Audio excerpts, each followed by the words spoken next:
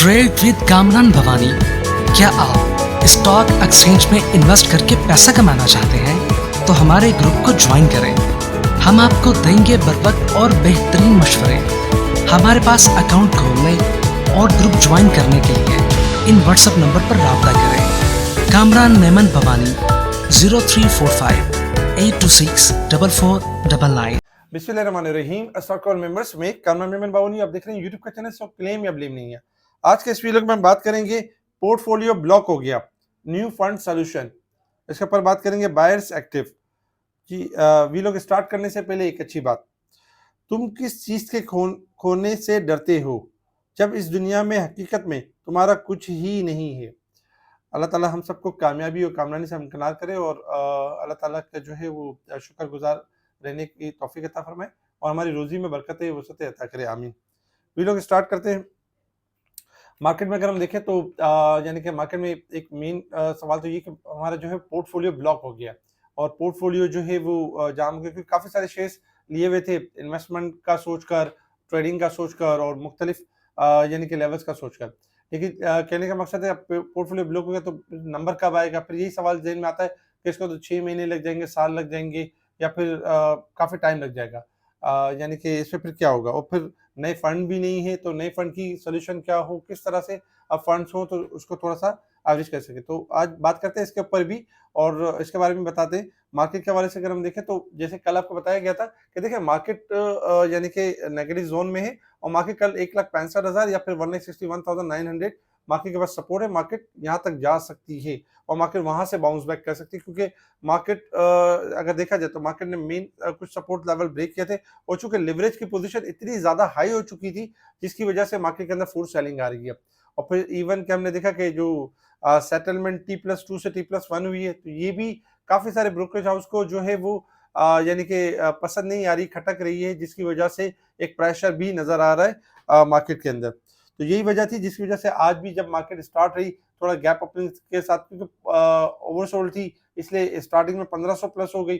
फिर मार्केट अगर हम देखें तो मार्केट में वॉल्यूम्स कम थे और मार्केट दोबारा हमने मनफी जोन में जाते हुए देखा।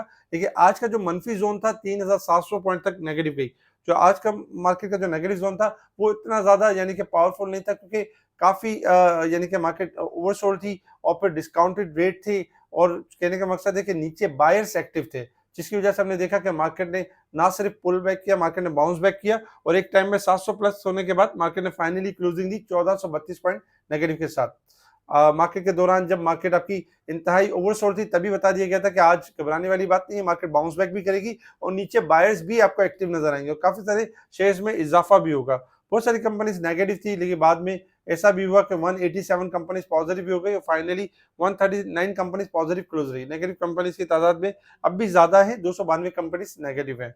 इस वक्त अगर हम वॉल्यूम्स देखें तो वॉल्यूम्स काफी बेहतर रहे, 682 मिलियन के वॉल्यूम्स रहे, जो कि कल से यानी कि ज्यादा थे। कल यानी कि 462 मिलियन के वॉल्यूम्स थे, आज वॉल्यूम में भी इजाफा रहा। Top volume leader, top gainers, decliner आपका सामने। अगर सेक्टर वाइज पोजीशन देखें तो आज कुछ सेक्टर्स यानी कि बेहतरी की तरफ आ गए, जिसमें सीमेंट सेक्टर था, रिफाइनरी था, केबल सेक्टर, ऑटोमोबाइल और साइड बोर्ड सेक्टर्स हमने पॉजिटिव देखे। नेगेटिव सेक्टर देखें तो अभी भी थोड़ा नेगेटिविटी है कमर्शियल बैंक के अंदर, फर्टिलाइजर के अंदर, power generation, oil and gas sectors, investment technology और oil and gas marketing, pharmaceutical में अभी भी गिरावट देखी।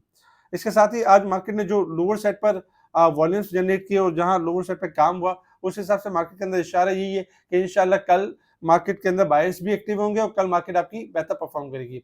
आज मार्केट ने लो बना के जिस तरीके से बाउंस बैक हुई है उस हिसाब से मार्केट के अंदर एक्सपेक्टेशन है कि मार्केट अच्छी मूव दे सकती है और मार्केट के अंदर मामला बेहतरी की तरफ यानी कि जा सकते। अगर हम बाकी चीजों की कुछ न्यूज के ऊपर नजर डालें तो सबसे पहले अगर हम रिजल्ट में देखें तो पीटीसीएल का नुकसान कम हुआ 32%, जबकि अटक सीमेंट का प्रॉफिट में इजाफा रहा, 2.5x इजाफा रहा। इसके साथ ही देखा जाए तो अटक पेट्रोलियम के प्रॉफिट में 25% जंप नजर आया और 20 रुपए का कैश डिविडेंड अनाउंस किया। एटीआरएल के प्रॉफिट के अंदर अगर हम देखें तो 15.60% कमी हुई और डिविडेंड भी दिया। हपको का अगर हम देखें तो प्रॉफिट में 8% इजाफा रहा। इसके साथ ही पाकिस्तान ऑयल फील्ड के प्रॉफिट के अंदर अगर देखा जाए तो तकरीबन यानी कि इनमें भी बेहतरी रही और पाकिस्तान ऑयल फील्ड के जो प्रॉफिट 12.4 बिलियन के प्रॉफिट रहे, जो कि 27.50% का कैश डिविडेंड दिया, यानी ₹27.5 का कैश डिविडेंड भी अनाउंस किया। 20.5% का यानी कि इजाफा रहा प्रॉफिट के अंदर। जीएस के प्रॉफिट में अगर हम देखें तो 44% की कमी हुई है। इसके साथ ही गोल्ड के प्राइस में पाकिस्तान के अंदर इजाफा रहा है, ₹3,400 पर तोला इजाफा रहा। और यूनिलीवर पाकिस्तान के प्रॉफिट में अगर हम देखें तो 14.70% कमी रही, जबकि कैश डिविडेंड दिया ₹216। ये सारे रिजल्ट थे जिसके ऊपर मार्केट ने रिएक्ट किया। और साथ ही अगर हम देखें तो ये रिजल्ट भी सामने आज अनाउंस हुए, जिसमें तारीख गिलास था ₹5 का कैश डिविडेंड और ₹5.56 ईपीएस रही। इसी तरीके से अगर हम देखें तो अपकमिंग बोर्ड मीटिंग्स में मैपल लीफ भी है, कॉसम भी है और यूबीएल और फौजी सीमेंट्स वगैरह भी, यानी कि इनके रिजल्ट आने हैं।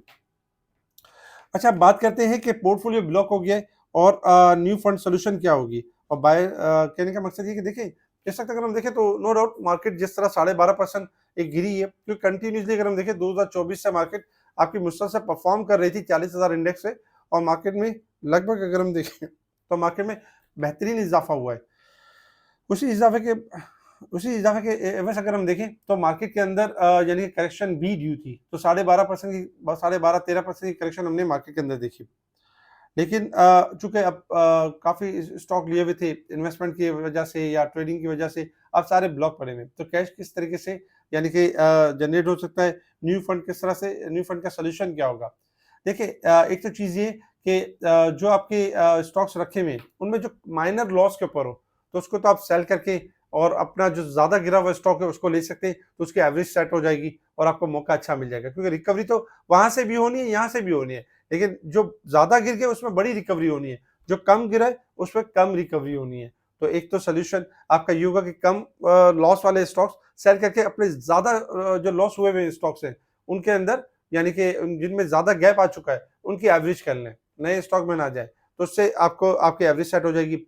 सेकंड नंबर पे आप ये देखें कि 5 से 6 महीने के अंदर जिन क्लाइंट्स ने ज्यादा कैपिटल गेन टैक्स दिया है तो वो अपना कैपिटल गेन टैक्स को यानी कि रिकवर कर सकते हैं।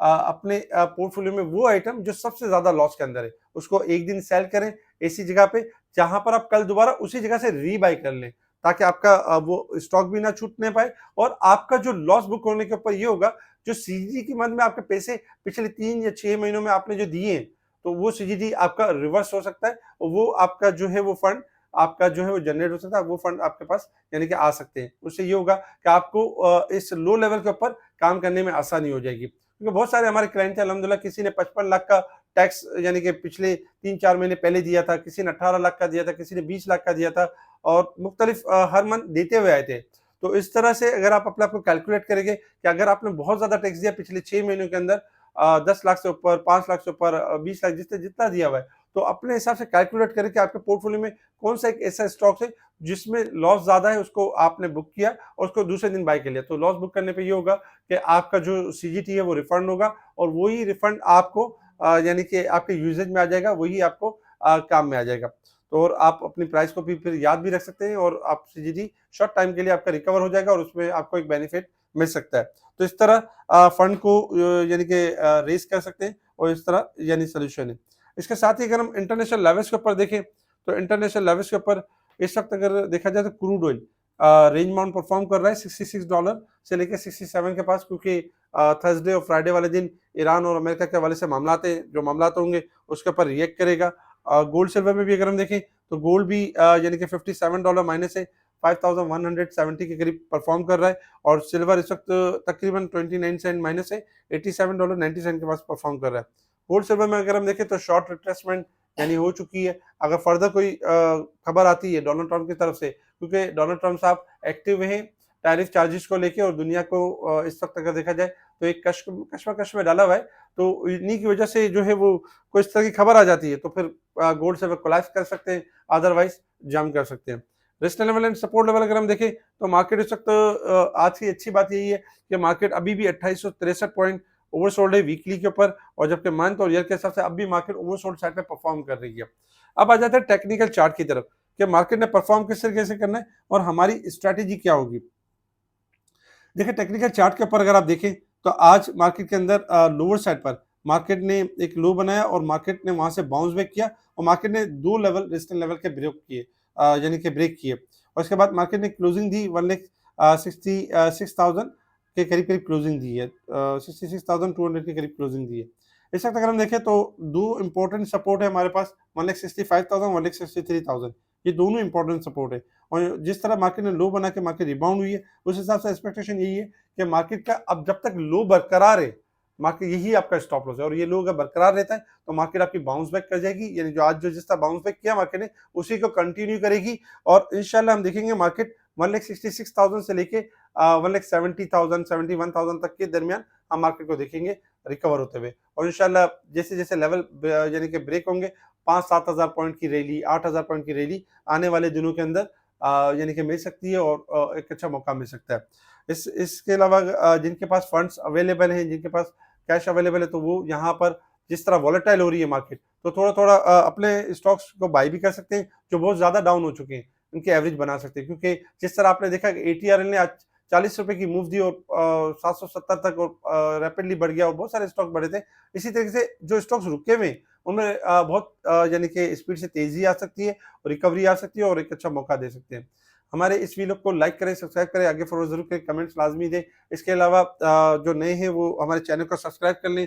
कल भी बहुत सारे कमेंट्स हमारे चैनल्स के ऊपर आए थे, क्योंकि कल बहुत सारे क्लाइंट्स हैं जिनका मोरल डाउन था। हमेशा याद रखें, ये बिज़नेस ऐसा है जहाँ मोरल डाउन करने की ज़रूरत नहीं है। यहाँ पर होता ये है कि जब हम डिलीवरी के अंदर काम कर रहे होते हैं, तो अक्सर यही होता है कि जो लिवरेज पे काम कर रहे होते हैं, बहुत सारे ऐसे क्लाइंट होते हैं जो कम पैसों में बहुत ज़्यादा प्रॉफिट करना चाहते हैं, या बहुत ज़्यादा रिस्क लेना चाहते हैं।